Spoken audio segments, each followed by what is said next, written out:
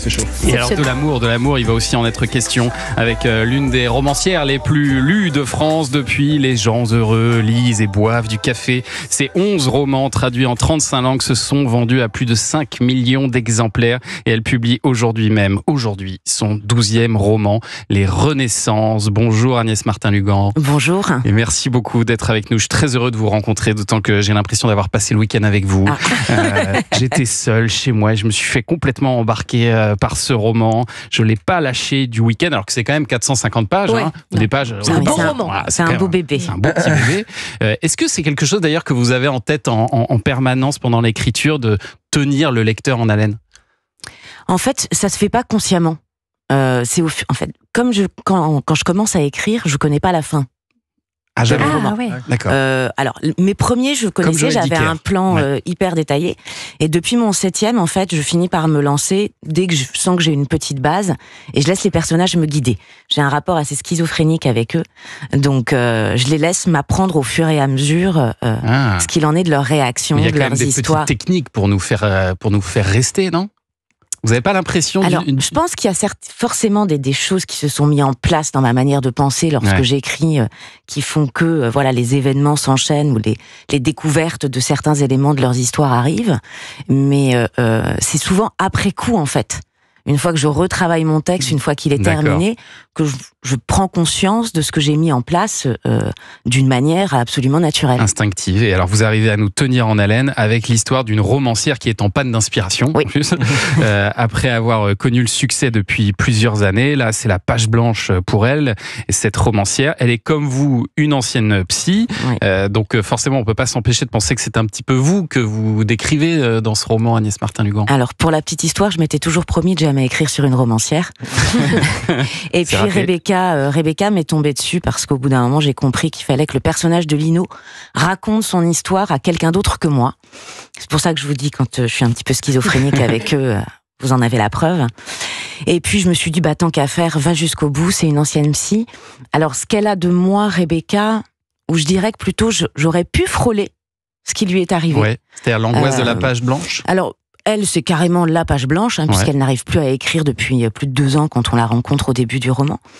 Mais voilà, moi, au bout de 10 ans, j'avais un rythme de 1 roman par an, et j'ai eu la chance d'entendre le signal d'alerte, de me dire fais attention à ton écriture, fais attention à toi, n'oublie pas de te nourrir pour nourrir ton écriture.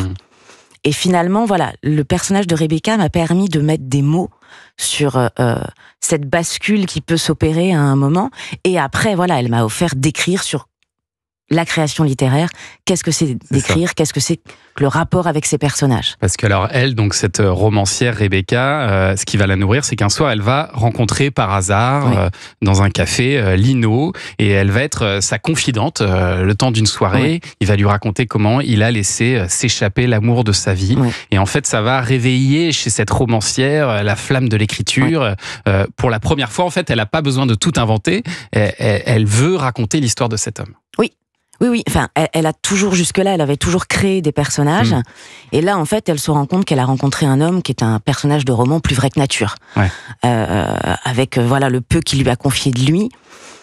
Et elle sent, en fait, le lendemain matin, elle se réveille et elle se dit qu'elle a envie de connaître la suite. Donc, elle commence à réécrire, elle voit qu'elle arrive à réécrire. Et du coup, elle se dit, il faut que je sache la suite.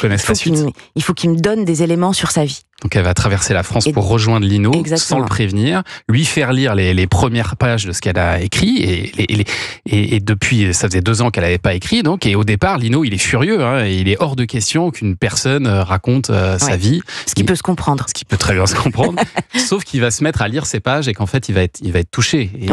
Il va être touché par son écriture, et puis il a lui-même envie de continuer à se confier à elle. Oui, lui il découvre en fait à l'occasion de ce premier chapitre qu'il lit que c'est peut-être la solution en retraversant son histoire, de s'en sortir une bonne fois pour toutes, de passer à autre chose. De faire sa psychothérapie, en fait. Exactement, ou d'essayer de comprendre pourquoi il en est arrivé là 25 ans plus tard. Ouais.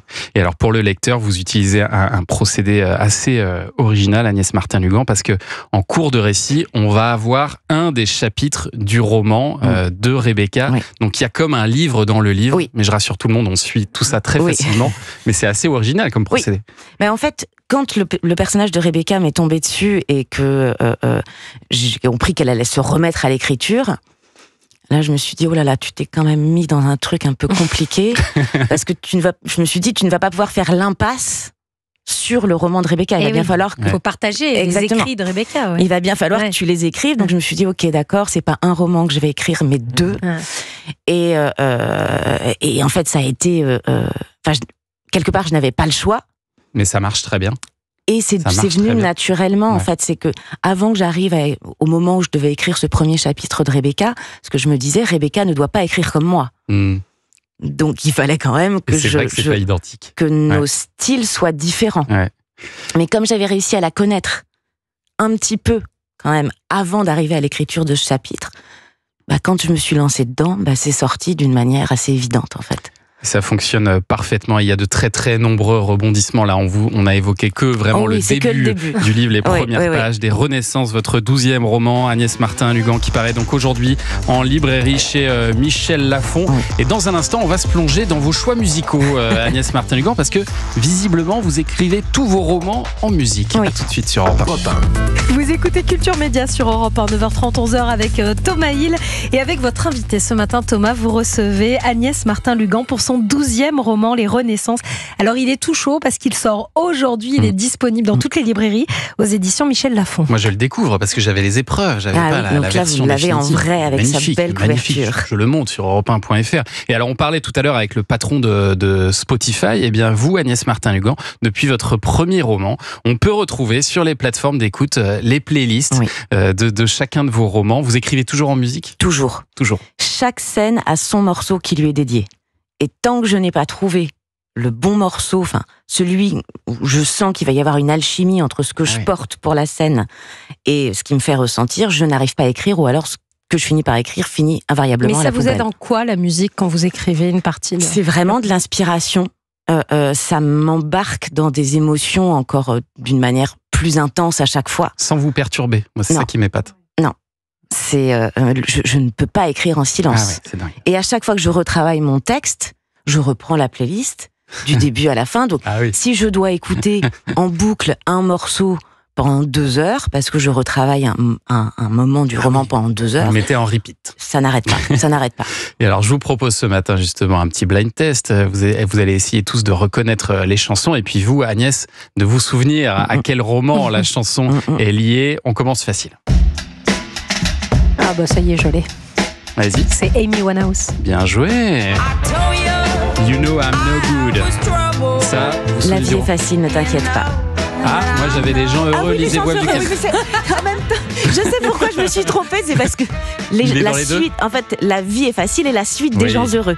Donc c'était le personnage de Diane, c'est pour ça. Et c'est vrai qu'elle revient souvent dans vos playlists, Amy Winehouse. Mais en plus, vous choisissez des musiques où il y a des paroles, donc on a envie de chanter, donc c'est très compliqué d'écrire en ayant envie de chanter. Alors la seule entorse, en général, j'écoute jamais des paroles françaises.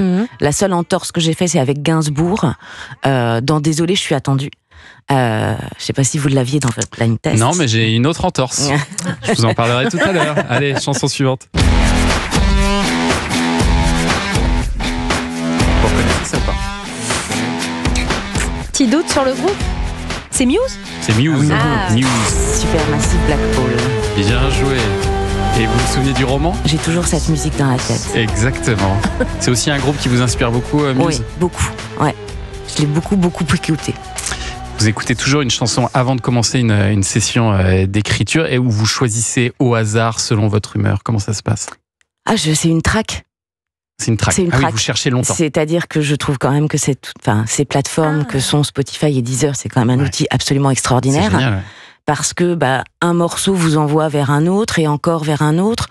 Vous découvrez des artistes confidentiels qui parfois n'ont sorti que 2, 3, voire qu'un seul morceau. Et en fait, il faut... Oui, quand je parle d'alchimie, il y a quelque chose qui vibre à l'intérieur de moi. Et je me dis, oui, en fait, ça fait écho par rapport à ce que je projette, que je vais écrire, ou l'état d'esprit du personnage. Puis c'est génial parce que nous aussi, on peut découvrir plein de choses du coup en lisant votre roman. Le suivant. Agnès, elle a reconnu. Vous avez reconnu Agnès, hein? Richard Klederman. Non, c'est un peu plus moderne. Je vois pas.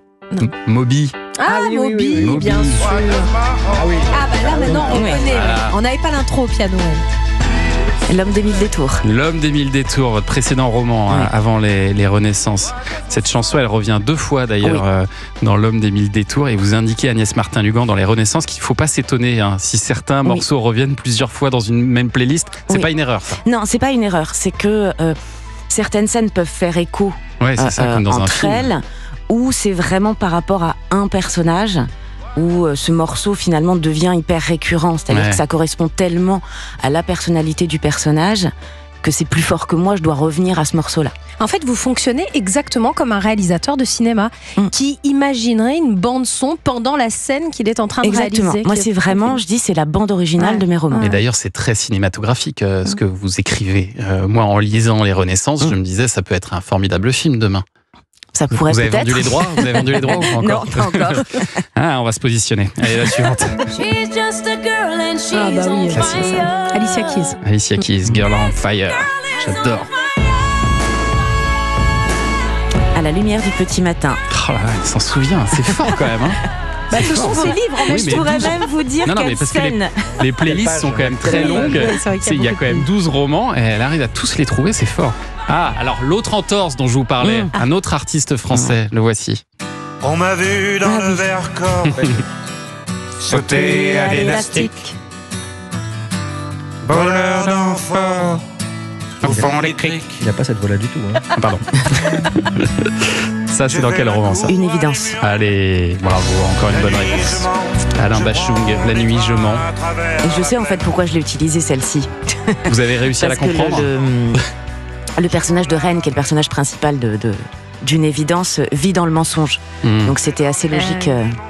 Que je j'écoute me suis demandé si la raison pour laquelle il y avait aussi peu d'artistes français dans vos playlists, est-ce que c'est parce que les voix françaises, les mots français vous perturbent plus dans votre écriture? Oui, ah oui, très clairement. Très clairement, c'est pas parce que je suis anti. Oui, vous écoutez de la variété française Oui, quand même. oui, bien sûr. C'est que là, pour le coup, ça percute de trop entre moi, mes mots qui se bousculent dans ma tête et ceux que j'entends chanter. C'est pas possible parce qu'en fait, je dirais que c'est même pas une question En fait, tous les artistes anglophones que j'écoute, je cherche pas le sens de leurs mots. Ouais. C'est vraiment l'atmosphère musicale qui moi, m'absorbe. C'est un coup à écrire du Bachung après. Oui, c'est ça. Après, il y aura du plagiat, tout ça. Allez, une petite dernière. Et là, je voudrais l'artiste et le film où on entend ce morceau.